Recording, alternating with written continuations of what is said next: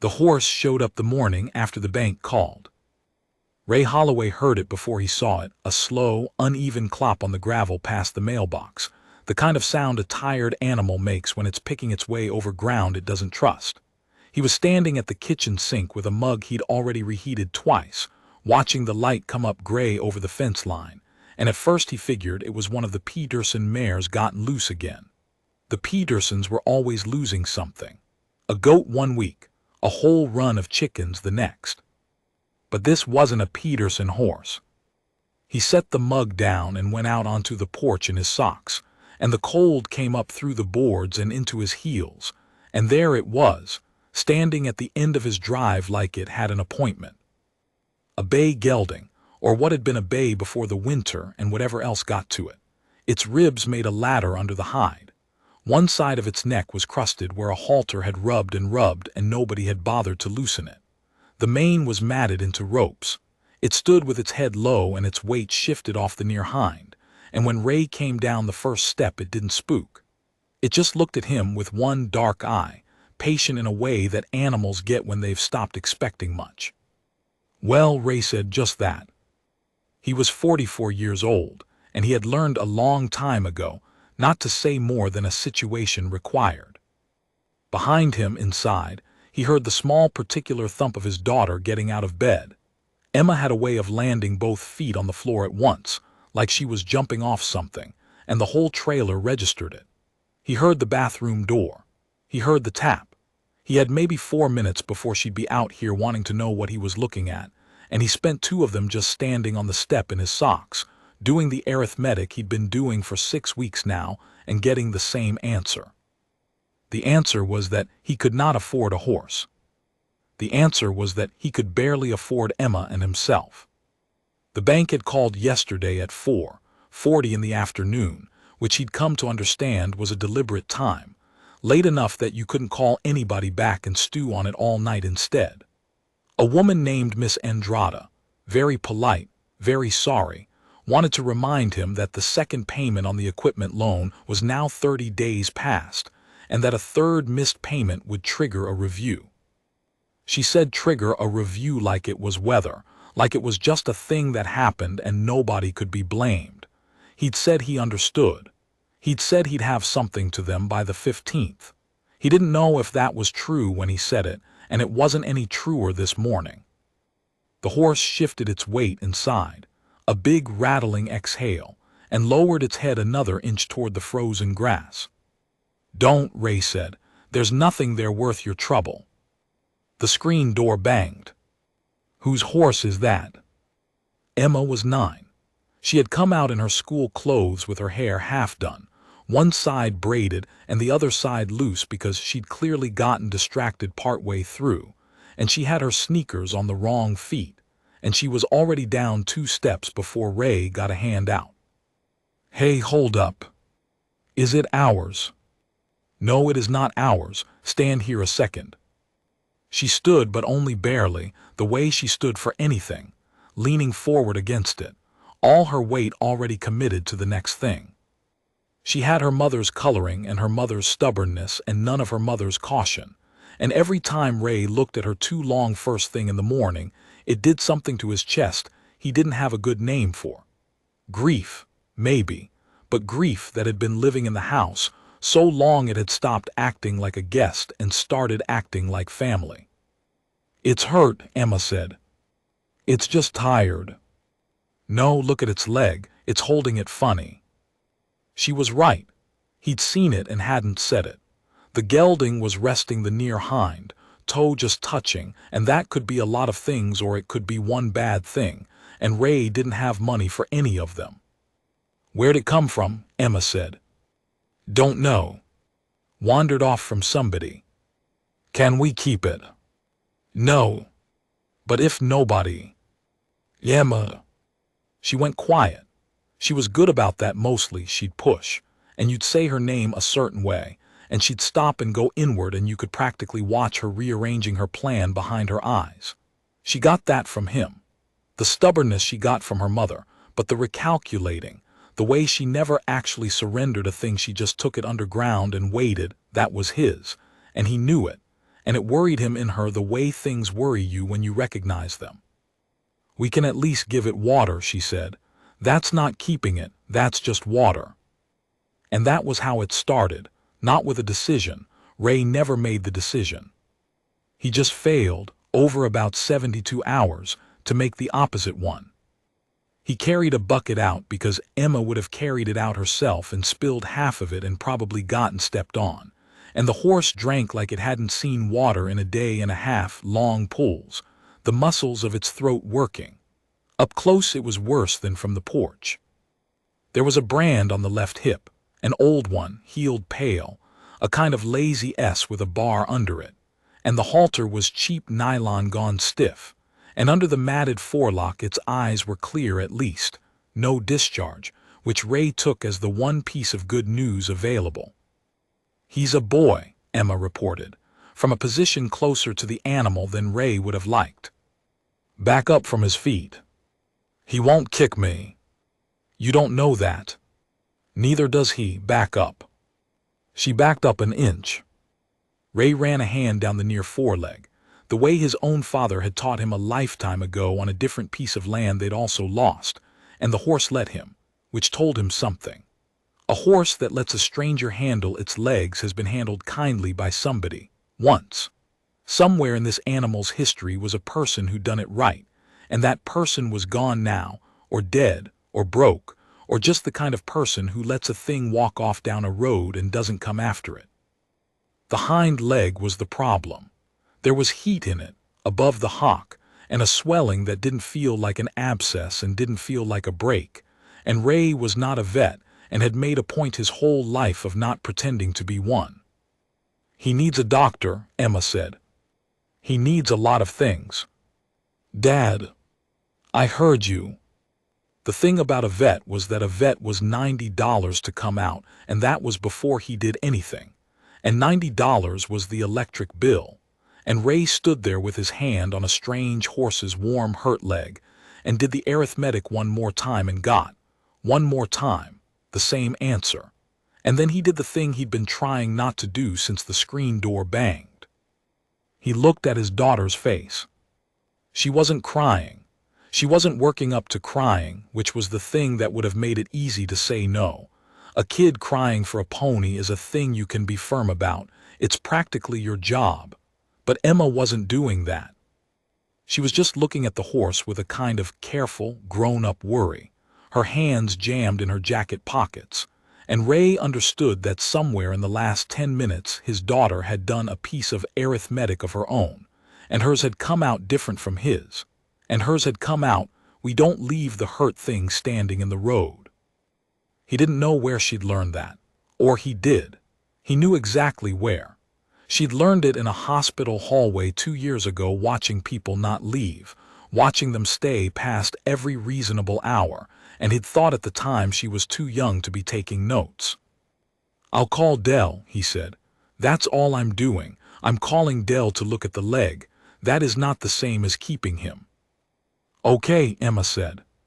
But she smiled around the edges of it, the sly private way she had, because she was 9 and not stupid, and she knew as well as he did that once you call the vet, the thing is already yours. You just haven't admitted it yet. The bus came at 7:15, and Emma wasn't on the porch for it. Ray found her in the barn being a generous word for the 3-sided pole structure his father had put up in a better decade, standing in the good stall, the one with an intact door, forking old bedding out with a fork nearly as tall as she was.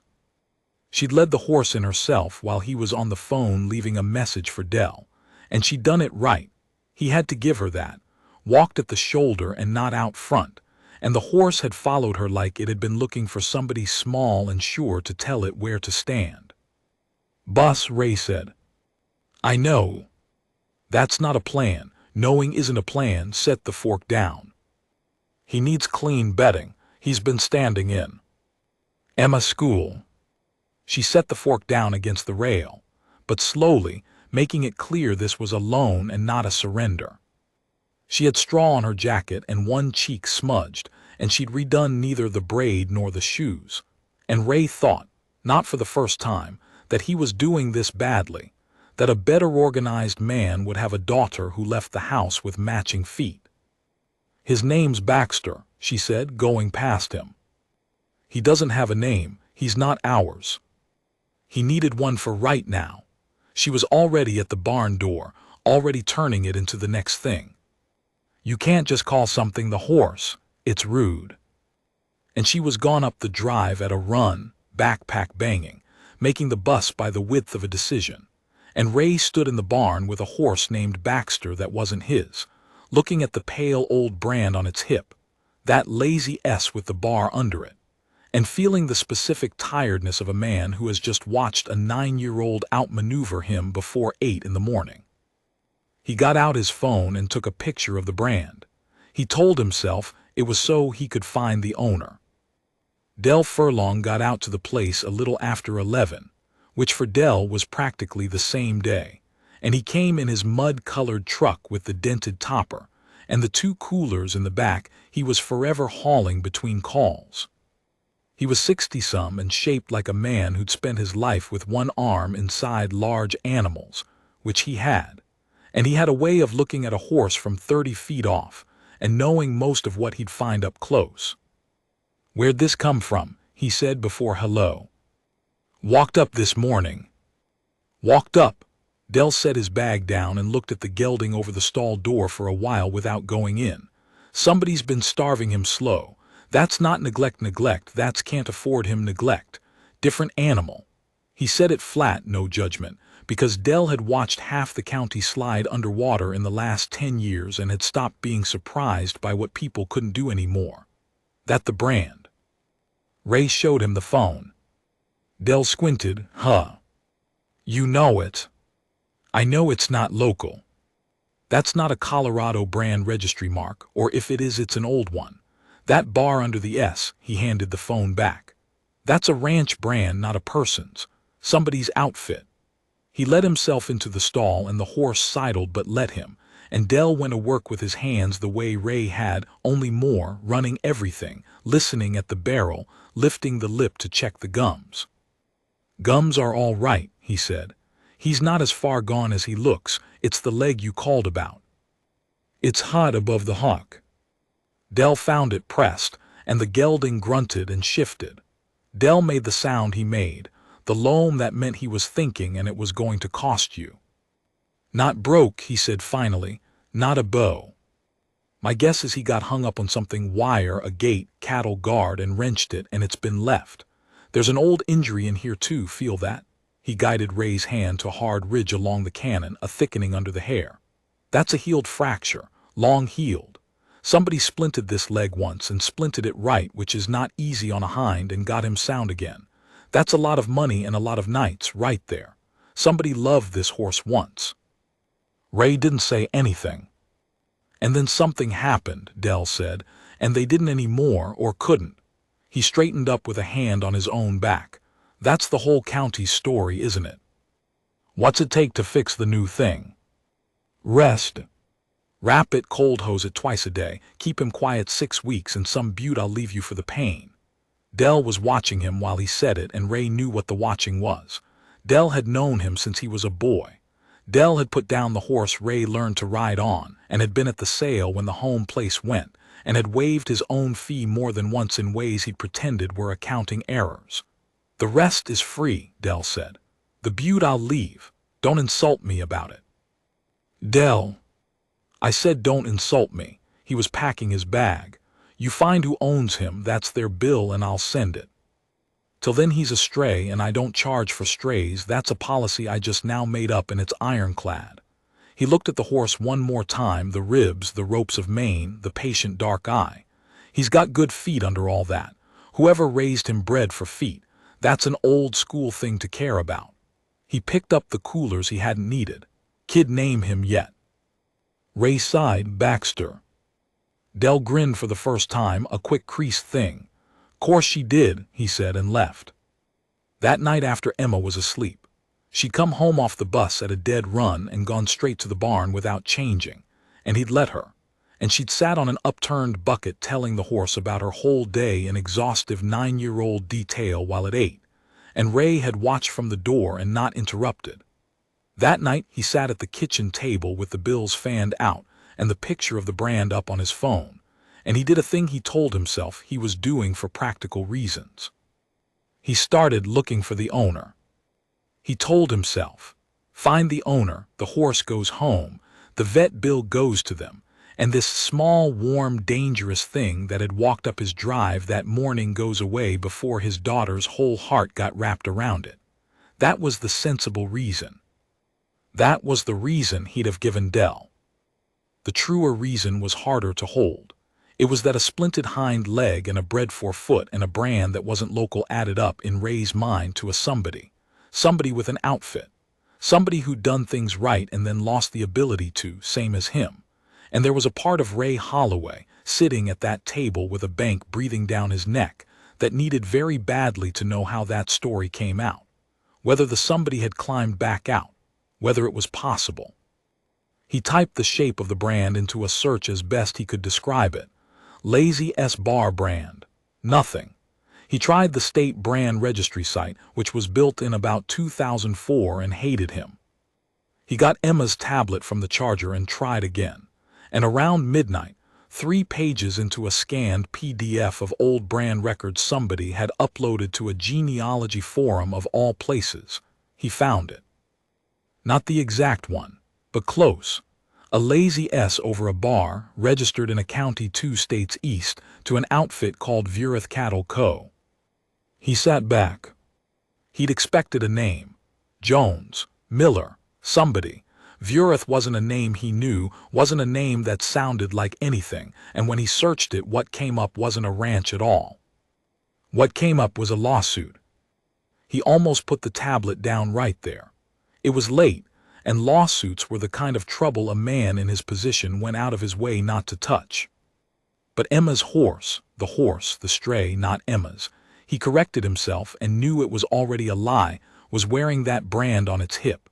And so he tapped the link, and the screen filled with a scanned article from a paper he'd never heard of. And Ray Holloway read the first 2 paragraphs and then read them again, slower, because the second time through he understood that the horse asleep in his barn had walked out of the middle of something. The article was dated 4 years back, from a weekly called the Cheyenne County Register, and the headline was the kind newspapers write when they can't say outright what everybody already knows. Questions remain in VURETH, a state dispute. Ray read it twice and then a third time, and by the third time he'd stopped reading it like news and started reading it like a man looking for a horse's history, which meant he was reading it wrong, which meant it took him longer than it should have to understand what he was looking at. Vureth Cattle Co. had been a real outfit, big, by the standards of that dry country, a few thousand deeded acres and a lease on more, run by a man named Amos Vureth who died at 79. That part was simple.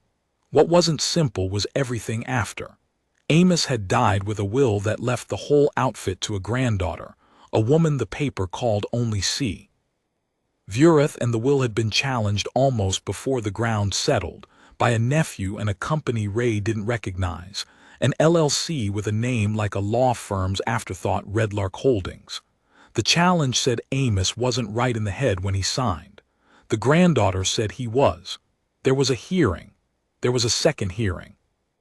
And then, the article said, carefully, in the way of a small paper that has to keep living next to the people it writes about, the matter had been settled out of court, and C. Vureth had relocated, and the land had gone to Redlark, and that was the last the register had to say about it. Except it wasn't quite the last thing. There was a photo. The photo was bad newsprint scanned twice, gray on gray, but it showed the front of a courthouse, and a woman coming down the steps with her head turned partly away, and behind her, at the curb, a stock trailer. And you couldn't see much of the trailer, and you couldn't see the horse inside it at all, really, just a dark shape and a pale patch on a hip. But Ray had spent the evening staring at a pale patch on a hip. He told himself that was nothing. A pale patch on a hip in a 4-year-old newspaper photo was nothing, was pareidolia, was a tired man at midnight making a story out of static. He saved the article anyway. He didn't examine why. He didn't tell Emma any of it. That was a decision he made deliberately, over breakfast, watching her feed Baxter a carrot she'd apparently negotiated out of the crisper without asking. She was flattening her whole hand out the way somebody had taught her, keeping her fingers clear, and he didn't remember teaching her that and wondered where it had come from and then remembered it had come from Dell. Yesterday, in about 4 seconds, the old man showing her without making a lesson of it. Kids picked things up like burrs. You couldn't control what stuck. You're staring, Emma said, not looking at him. I'm allowed. It's weird when you do it while I'm eating. He wasn't going to tell her that the horse she'd named came with a lawsuit and a settled out of court, and a woman getting into a truck with her head turned away. Emma was 9. Emma had already, in her 9 years, been handed one large adult catastrophe to carry, and had carried it better than most grown people Ray knew, and he was not going to hand her a second one because he'd stayed up too late reading a defunct newspaper. What he was going to do was the sensible thing, the thing he'd told himself last night. He was going to find Vureth or find whoever had let this horse walk off, and he was going to give the horse back, and the vet bill would go where it belonged, and his daughter would cry for a day and a half and then be fine. Because kids were resilient, everybody said so. It was practically the only thing anybody said about them. He believed roughly none of this by the time she got on the bus. Finding a person is different from finding a brand. A brand sits in a registry and waits. A person who has relocated after a thing was settled out of court is, more often than not, a person who would prefer not to be found. And Ray understood this in his bones because he was, in a smaller way, such a person himself. He'd relocated too, after his own settling, moved the two of them from the home place to this rented 40 acres 1 county over so he wouldn't have to drive past the sale sign every day. People who have lost the big thing get territorial about the small dignity of not being tracked. So he went slow. He called the Cheyenne County Register first, which took him 20 minutes to even find a number for, and got a woman who told him the paper had folded in the spring, and she only still answered the phone because it was forwarded to her kitchen. But she'd been the one who wrote the Vureth pieces. Her name was Marjorie Calls. She said it twice, the way people do when nobody's asked them their name in a while. And when Ray said he'd found a horse with the Vureth brand 2 states west, there was a silence on the line long enough that he thought the call had dropped. West, Marjorie said finally. You said west. Colorado. She went west. A pause. The granddaughter, nobody knew where. There was a lot of people wanted to know where, and she didn't want them knowing, and I respected that. I never printed it. Another pause, and when she spoke again, there was an edge under the small-town friendliness, something that had been waiting 4 years for somebody to call. Can I ask you something and you tell me the truth? This horse. Is it a bay gelding, older, heeled break on a hind leg? Ray's hand tightened on the phone. Yes. That's Beck, Marjorie said softly. That's her horse. That's the one they fought over. They fought over a horse. Mister, they fought over everything, but the horse was the ugly part. The horse was the part that told you what kind of people you were dealing with. He heard her sit down, heard a chair. You got a while, because I've been wanting to tell somebody this for 4 years, and everybody around here already knows it and won't say it, and you're a stranger with the horse standing in your barn, and I think maybe that horse walked to the exact right place. Ray looked out the window. The bus wasn't due for hours. The bank wasn't due till the 15th. And a woman 2 states east was about to tell him how the story came out. The story he'd told himself last night. He only wanted to know for practical reasons. I got a while, he said. Marjorie Calls talked for the better part of an hour, and Ray let her. And somewhere in the middle of it, he moved the phone to his other ear and got a pad of paper. And by the end, the pad had a page and a half on it in his blocky pencil hand, and the shape of a thing he wished he'd never gone looking for. Amos Vureth, she said, had been nobody's idea of an easy man. Hard on hands, hard on family, harder on himself. the kind of rancher who'd built something real out of bad ground and never let anybody forget the cost of it. His son, the granddaughter's father, had died young, in a rollover on an icy grade, and Amos had taken the girl in and raised her the only way he knew how, which was like a hired hand he happened to love. Her name was Cora Vureth. She'd grown up horseback on that outfit and could do anything on it a grown man could and most things better. And the one soft place in the whole hard arrangement, the one thing Amos let himself be openly tender about, was that girl and the horses she brought along. Beck was hers from a foal, Marjorie said. She started him herself. He's the one broke his leg. You found the old break, you said. He broke it as a 3-year-old, caught it in a cattle guard in the dark. And by every rule of that country, you put a horse like that down. A hind cannon fracture on a working ranch is a bullet. That's just the math. And Amos said do it, and Cora didn't. Marjorie's voice had gone somewhere far off. She nursed that horse for a year, splinted it, hand-walked it, slept in the barn. Amos thought it was foolishness and told her so daily, and paid the vet bills anyway, and never once made her stop. And everybody in the county understood that the vet bills was Amos saying he loved her, because it was the only sentence in that language he knew how to speak. Ray thought about Dell, about don't insult me, about a splint done right on a hind leg. Somebody loved this horse once. So the horse mattered, Ray said. The horse was the proof, Marjorie said. That's what I'm telling you.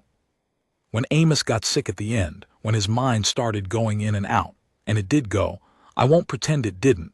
That part wasn't invented. The nephew and these Redlark people, they came at the will and said Amos wasn't competent, said Cora had, influenced him, got in his ear when he was weak. And the thing that would have decided it, the thing that would have shown a court who Amos Vureth actually was and who he actually trusted was the horse, because there was a codicil. A what? A codicil, an add-on to the will. Amos wrote it about 8 months before he died in his own hand, and it didn't just leave Cora the land. It laid out why. It talked about the horse. It talked about the year she spent in that barn and what it told him about her. I saw it, I want to be clear, I saw it with my own eyes. Cora showed it to me because she trusted the paper to do right, and God help me the paper couldn't. It was the least crazy document you ever read. A dying man explaining, plain as day, exactly why he was leaving his life's work to the one person who'd prove she wouldn't quit on something just because the math said to. No lawyer wrote that. No lawyer could write that. It was him. And it was competent, Ray said slowly. That codicil would have proved he was competent. It would have ended the whole thing in an afternoon, Marjorie said. And it disappeared. The screen door was catching the wind, and Ray got up to hook it without breaking the call, because some part of him had gone very quiet and still, the way it did when he was reading whether he didn't like off the western sky. Disappeared how? He said. That's the part I couldn't print. That's the part everybody knows and nobody'll say. A long breath on the line. The codicil was in the house. In Amos's desk in the office off the kitchen, everybody knew it was there. Cora had seen it a dozen times. And in the 2 weeks between when Amos died and when the lawyers all sat down, Redlark's people had access to that house. Legally, even, there was some agreement about inventorying the estate, keeping it neutral, and one of their representatives was in and out of that house for 2 weeks with the run of it. And when it came time to produce the codicil, it wasn't in the desk. It wasn't anywhere. And without it, all you had was a plain will and a nephew swearing his uncle was out of his mind, and a granddaughter who couldn't afford to fight a holding company one more day. So she settled. She settled because she was broke and they weren't, and they knew it. And that's not a fair fight, that's just a slow one. Marjorie's bitterness was clean and old, the kind that's been sitting so long it's gone clear like good vinegar. She got a little money and she got to keep Beck. That was in the settlement, believe it or not, they let her keep the horse. I think even Redlark's lawyer couldn't stomach the optics of taking it, and she signed away the land and she left. And I never heard from her again. For years. A pause. Till a stranger calls me and tells me Beck's standing in his barn in Colorado, thin as a rail with a wrenched leg and no Cora anywhere in the picture. So you tell me, mister. Because I've been sick about this for an hour. Where's Cora? And Ray, standing in his kitchen 40 acres from anywhere, with his daughter's carrots in the crisper and a bank calling at 4:40 and a healed break under his hand that morning that some woman had sat up a year of nights to save, Ray understood that this was the actual question. Not whose horse is this. Not how do I give it back. The horse had walked up his drive alone. A horse like Beck, a horse Cora Vureth had slept in a barn for, a horse she'd fought a holding company to keep.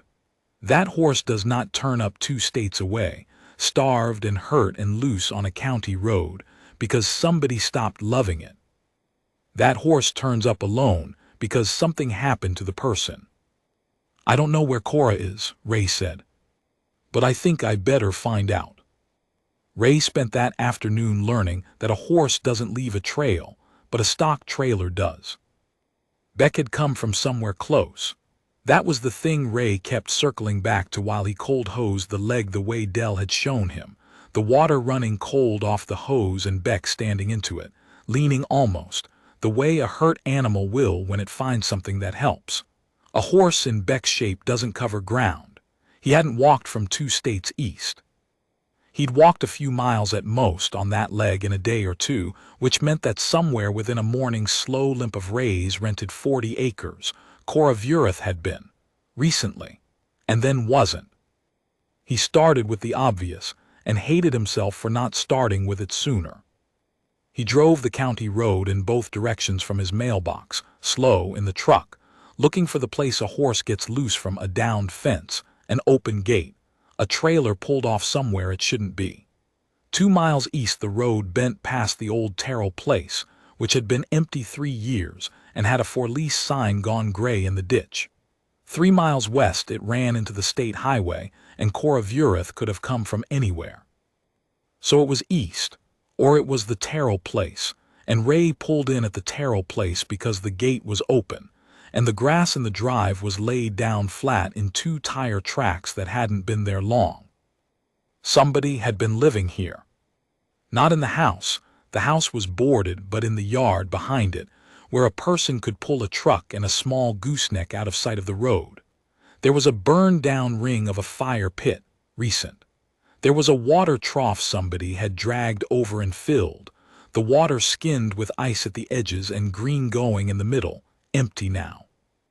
There were hoofprints in the soft ground by the trough, and a place along the fence where a horse had stood a long time, the way they wear a spot pacing, and a single lead rope, cheap cotton, looped over the top rail and left there. And there were tire tracks leaving, just the truck, not the trailer. The gooseneck was still there, backed against the far fence, its door hanging open, empty.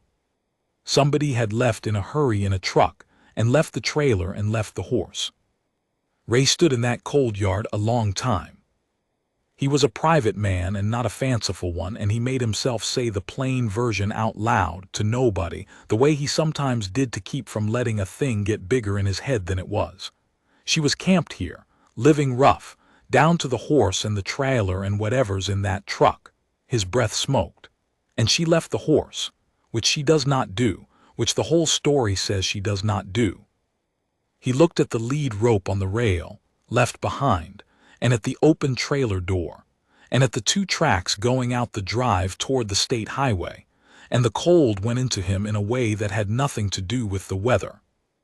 You don't leave Beck. Marjorie had spent an hour teaching him that. Cora Vureth had slept a year in a barn rather than leave Beck. So either something had made her leave him, or somebody had made her. He called the sheriff's office from the Terrell yard, and that was its own small education. The deputy who took it, a young guy named Pruitt, was polite and useless in the particular way of a man following a checklist. Was the vehicle stolen? No. Was a person reported missing? Not that Ray knew. Did Ray have a name? He had a name, Cora Vureth, but no proof she'd ever been here. Only a horse and a hunch and an hour on the phone with a folded newspaper's last reporter. Pruitt wrote it down. Ray could hear him not writing it down. So there's an abandoned trailer on private property, Pruitt summarized, and a horse that walked off, and you think it belongs to a lady from out of state that might have been squatting at the Terrell place. I think she was here and now she's gone, and she wouldn't have left the horse. People leave animals all the time, Mr. Holloway. It's about the saddest part of this job right now, honest with you. Times being what they are. Not unkind. That was the worst of it. Pruitt wasn't wrong about the times, and he'd probably scraped a dozen abandoned animals off a dozen foreclosed places that year. And to him this was one more, and Ray was one more soft-hearted man who'd taken in a stray and gone looking for a story to make sense of it. I'll make a note. If somebody reports her missing, it'll be here to match up. That's about what I can do. Ray thanked him and hung up and understood that he was on his own with it, which, if he was honest, was a condition he was more comfortable in than most. He'd been on his own with the hard things a long time. But there was one thing Pruitt's checklist had shaken loose without meaning to. If somebody reports her missing. For years, Marjorie had said. Cora Vurath had cut ties 4 years ago and vanished west, and nobody had heard from her since, no family looking, or none she'd let look. The nephew who'd fought her not the type to file a report, the grandfather dead, no husband Marjorie had ever mentioned. Cora had made herself unfindable on purpose, to get away from Redlark, to get away from all of it. She'd done it well. Which meant that if something had happened to her here, in Ray's County, nobody was coming. Nobody was going to report her missing, because the whole architecture of her last 4 years had been built so that nobody could. She'd sanded off every edge a person could be gripped by. And a woman with no edges left to grip is a woman who can disappear off a boarded-up ranch on a county road and leave nothing behind but a starved horse and a lead rope on a rail, and the world just closes over it. Smooth. Ray drove home in the failing light with the heater ticking, and did not like a single thing he was thinking. Emma was on the porch when he pulled in, and she came down the steps before the truck stopped, and he had a bad half-second of thinking something was wrong before he understood it was just her, just the ordinary emergency of a 9-year-old with news. He ate all his hay and he drank the whole bucket, and he let me pick out the near front foot, she reported, breathless. And Dad, I found a thing. I found a thing in the barn, come look. Slow down, what thing? In the trailer. There was stuff in the trailer under the come look. He hadn't looked in the gooseneck. That was the plain fact of it.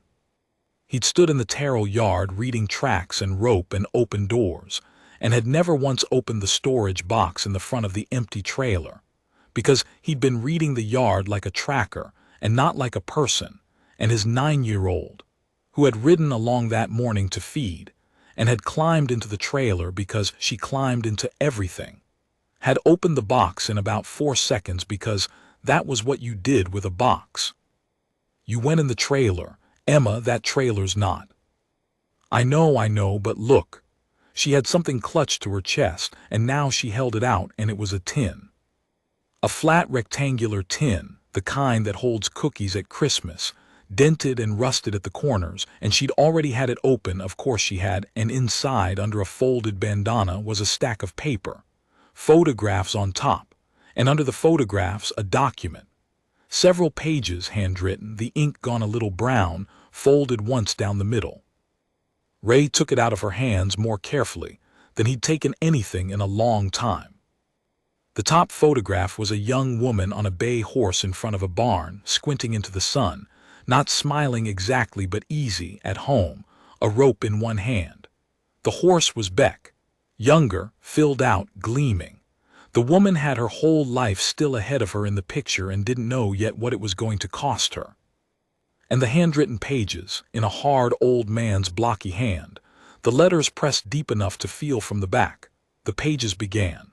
I, Amos Vurath, being of sound mind and knowing exactly what I am about, and tired of being told I don't. Ray stopped reading. He looked up at his daughter, who was watching his face with her whole self, waiting to find out if the thing she'd found was a good thing or a bad thing, waiting to take her cue from him the way she'd been taking it since she was 7 years old in a hospital hallway. Is it treasure? Emma said. It looked like treasure. Ray looked back down at the deep-pressed letters of a dead man explaining, plain as day, exactly why he'd trusted the one person who wouldn't quit. The codicil, 4 years gone. 2 states west of where it disappeared. Sitting in a cookie tin in a stranger's trailer because Cora Vureth had never stopped carrying the proof with her. Had run from Redlark for 4 years and kept the one thing they'd tried to steal tucked in a tin under a bandana. Close, always close. The way you keep the thing that's yours. Yeah, Ray said, and his voice came out rougher than he meant it. Yeah, baby, it might be.